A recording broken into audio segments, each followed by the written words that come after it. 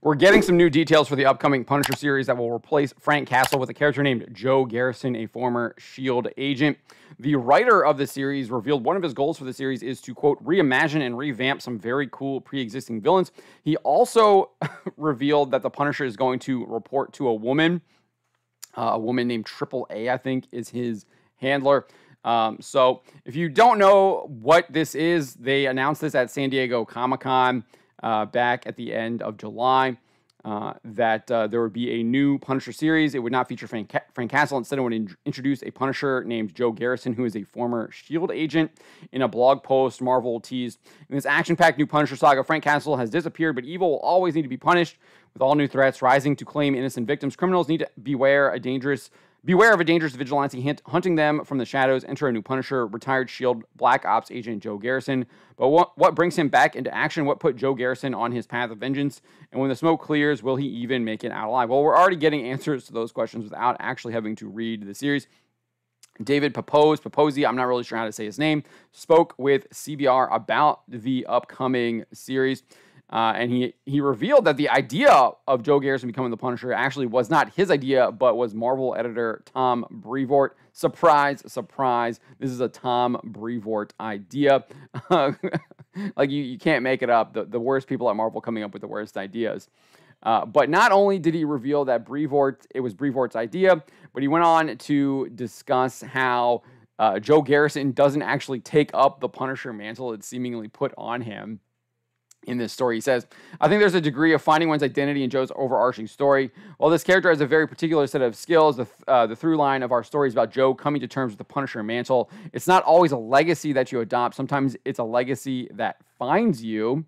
He went on to reveal that regardless of who takes on the Punisher mantle, it does require certain traits. He said, I do think there are some core traits that embody any character who takes on the Punisher's mantle. There's the grittiness and relentlessness. There are the all-too-human vulnerabilities that enhance the stakes, balanced by the deadly skills, arsenal of weapons, and willingness to sacrifice himself that let the Punisher take on enemies way outside of his weight class, even if that means taking some serious hits along the way. I wouldn't describe Frank Castle as punishing himself. I think both Mike Baron and Chuck Dixon have kind of described him, and even Carl Potts have kind of made it clear that he's kind of almost suicidal because he wants to punish himself too, and that's why he puts himself in those situations where he can take those big hits because he wants to be punished for not saving his family, and that's kind of how his psyche is. They've talked about that, so I don't think he's actually like kind of that heroic figure where he's sacrificing himself for other people. It's more of kind of a punishment for himself rather than some kind of charity towards other people. Papos goes on and says, ultimately, I think there has to be a degree of personal tragedy that spurs this character on their mission, but I also think it's a bit of a Rorschach test and how that mission is defined and pursued by each character, and that's something I'm really excited to explore with Joe Garrison's journey. So we are going to get that personal tragedy. Again, we're getting an answer to that question. What is that personal tragedy? Well, Papos explains, back in the day, Joe was an incredibly deadly Wetworks agent known only in the most shadowy corners as the Gravedigger of S.H.I.E.L.D. So he already has a nickname, and now he's going to take up the Punisher mantle. Why not just call him the Gravedigger instead? Probably because that's trademarked by a monster truck. I don't know. Probably an issue there. Maybe that's why they had to write Gravedigger of S.H.I.E.L.D. instead of just Gravedigger. But after years of getting his hands dirty for Marvel's leading spy network, Joe retired to pursue the call of family. Unfortunately for Joe, someone just blew up his house with that family still inside of it, and the police are inclined to think the husband did it. With the manhunt out for his arrest, Joe is going to have to find out who set him up, but as he'll discover, that mission may have some evolving parameters. So there you go. His family has been killed, much like Frank Castle's family. It's almost the same backstory, and he's going to hunt the people that killed his family. So while this sounds extremely similar to Frank Castle's background, he did elaborate on the differences he sees between Garrison and Castle. He says, on the one hand, Joe is certainly no stranger to death and destruction given the bloody jobs he used to execute for Shield back in the day. But I'd say, unlike Frank Castle, Joe hasn't had the time to marinate in his tragedy. That allows readers to really follow Joe's mindset as he undertakes this mission. By the time we met Frank Castle, he'd already decided to become the Punisher. For Joe, this decision might take some time. Sure, when we first met him, he's already become the Punisher and he's hunting down Spider-Man. But there are indeed stories that do show like Frank coming to terms with it. So again, we've already seen this in stories done by Frank Castle. You're just kind of retreading the same thing with a character that's seemingly the same character. You just gave him a new name and you're giving him like kind of new weapons and a little bit of a new design. So I don't really see a difference there. It does sound very similar to what we've already seen with Frank Castle. So I think he's just trying to say like, oh, when we first saw Punisher, he was already the Punisher, instead of when we first see this guy, he's going to become the Punisher. So it's his kind of journey to becoming the Punisher. And it's like, well, we saw that with Frank too, though. Yeah, in some of those early stories when they decided to spin him off into his own series. He then shared that the two approach criminals differently, although I'm not really sure that this is the case if you look at these preview pages. Anyways, he says, but I think even the way Joe approaches the situation tactically might differ from how Frank might have done it. I liken Frank to a wrecking ball, whereas Joe is all about finesse. Joe is the kind of guy who darts through crowds of enemies, meticulously picking them off one at a time in what looks almost like a beautifully choreographed way. I mean, if you're not on the receiving end of those shield guns, of course. I mean, look, I don't know about that. He's literally walking into what looks like a bar and just gunning people down. It looks very much what like Frank would do. It doesn't look anything like finesse or planning it out or strategic. I mean, this looks like exactly something Frank would do. I mean, I've seen this in Punisher Max, where he guns down the Irish mob. He comes to the bar, and that's one of the scenes they adapted into the Netflix series. This looks very similar to how Frank would approach it. So I don't really know if the actual actions stand up to what he's saying here. Maybe that is indeed the case in later stories, but clearly in these images we have here, he's a wrecking ball just like Frank Castle. He then reveals he plans to reimagine a number of villains as Garrison attempts to track down the person responsible for killing his family. He says, we'll see in our first issue that Joe is hot on the trail of the man who blew up his house. Of course, this guy is going to throw some pretty harrowing obstacles in Joe's path, in which we'll get to see our new Punisher show his mettle. Without spoiling too much, my goals for the Punisher are to reimagine and revamp some very cool pre-existing villains.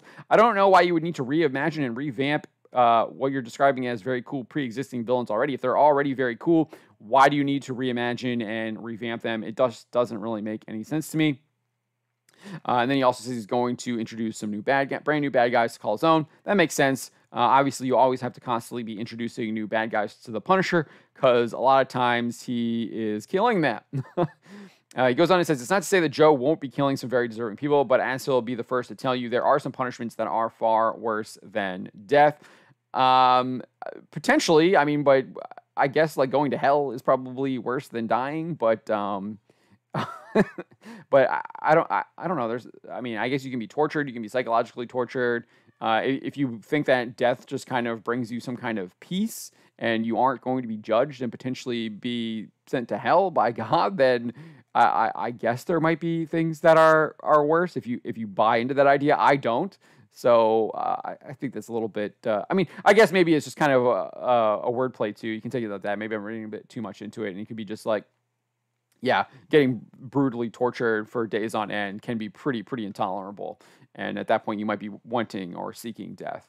So not only will these villains be reimagined, though, but Marvel made sure to put the character under the thumb of a woman. He said, Triple A is Joe's handler from his S.H.I.E.L.D. days, and she serves as the woman in the chair for Joe's missions as he seeks to avenge his family. Triple A follows in the footsteps that Microchip did once upon a time. I mean, literally, it's the same character with a different facade here, a new skin. And it's like, why didn't you just bring Frank back and tell these stories with Frank and Microchip?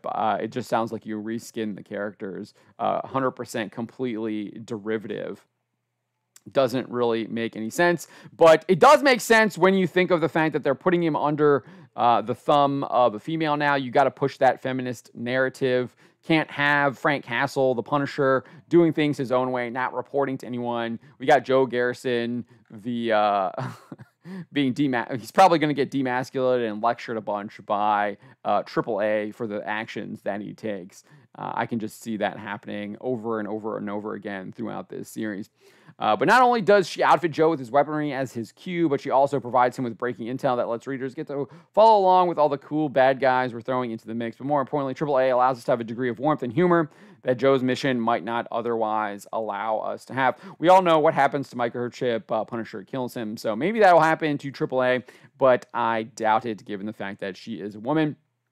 I really don't know why anyone would purchase this series after the first issue. I can see why speculators might purchase it for the first issue. You get Joe Garrison as the Punisher. It's the first time that's happening. You're going to get that. You want that first appearance. You'll have a pretty big boom in sales there.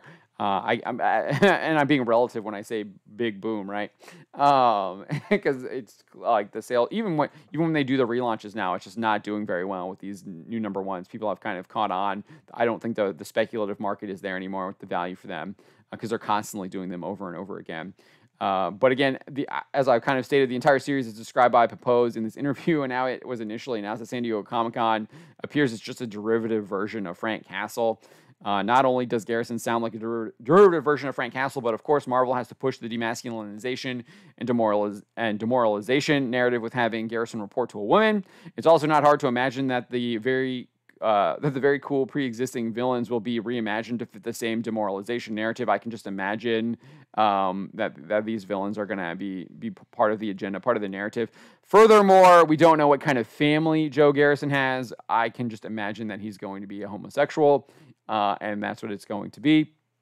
Would not be surprised with that.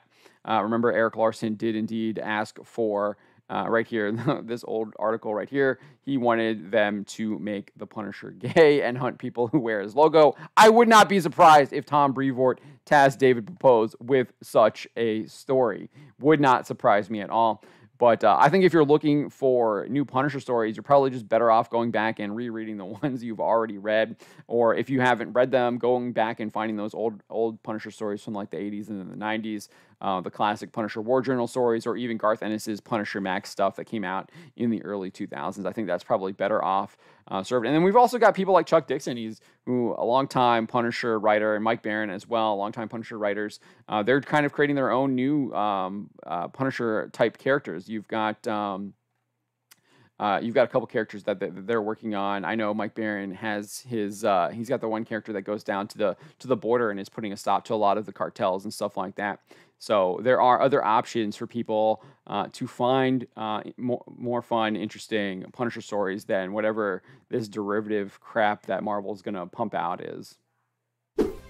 Subscribe for more.